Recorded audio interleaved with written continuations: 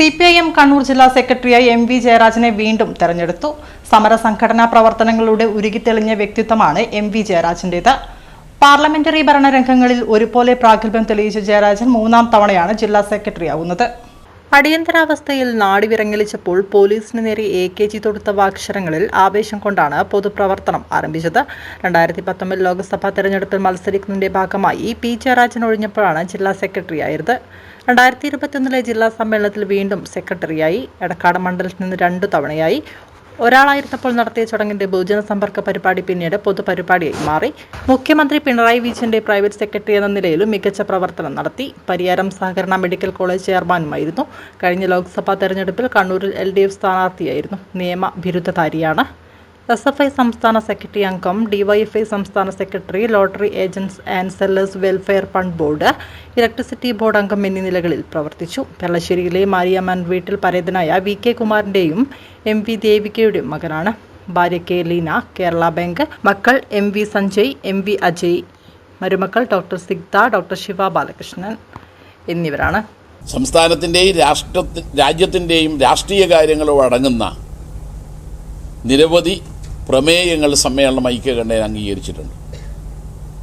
അതിൽ ഇന്ന് അംഗീകരിച്ച പ്രമേയങ്ങളിൽ ചിലത്, ഒന്ന്, ദേശീയപാത നിർമ്മാണത്തിനടിയിൽ ചില പ്രദേശങ്ങളിൽ ആവശ്യമായ അടിപ്പാതയില്ലാത്ത പ്രശ്നമുണ്ട്. ദേശീയപാതയുടെ നിർമ്മാണം പൂർത്തീകരിക്കുന്നതോടുകൂടി 2 രാജ്യങ്ങളെപ്പോലെയാണ് ചില പ്രദേശങ്ങൾ മാറുന്നത്. അതുകൊണ്ട് ആവശ്യമായ സ്ഥലങ്ങളിൽ അടിപ്പാത അനുവദിക്കുകയും ജനങ്ങളുടെ ആവശ്യം പരിഗണിക്കുകയും ചെയ്യണമെന്ന് കേന്ദ്ര സർക്കാരിനോട് ആവശ്യപ്പെടുന്നതാണ് ഒരു പ്രമേയം. മറ്റൊരു പ്രമേയം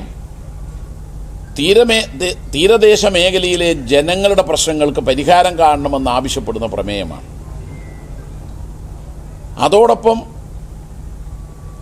കാർഷിക മേഖലയിൽ കേന്ദ്ര ഗവൺമെൻറ് സമീപനം മൂലം കൃഷിക്കാരാകെ പാപ്പരീകരിക്കപ്പെടുകയാണ്. താങ്ങുവില നിശ്ചയിച്ചും സംഭരണത്തിന് സംവിധാനമുണ്ടാക്കിയും കൃഷിക്കാരെ രക്ഷിക്കാൻ ആവശ്യമായിട്ടുള്ള നടപടികൾ സ്വീകരിക്കേണ്ടതുണ്ട്. മറ്റൊരു പ്രമേയത്തിലൂടെ ആവശ്യപ്പെട്ടത് കേന്ദ്രം കേരളത്തോട് കാണിക്കുന്ന അവഗണന അവസാനിപ്പിക്കണമെന്നും സാമ്പത്തിക ഉപരോധം അവസാനിപ്പിക്കണമെന്നുമാണ്. കഴിഞ്ഞ ദിവസം 2 കേന്ദ്രമന്ത്രിമാർ പറഞ്ഞ കാര്യം എന്താ?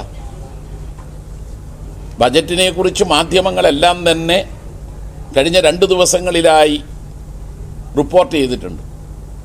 കേരളമെന്ന ഒരു വാക്കില്ല.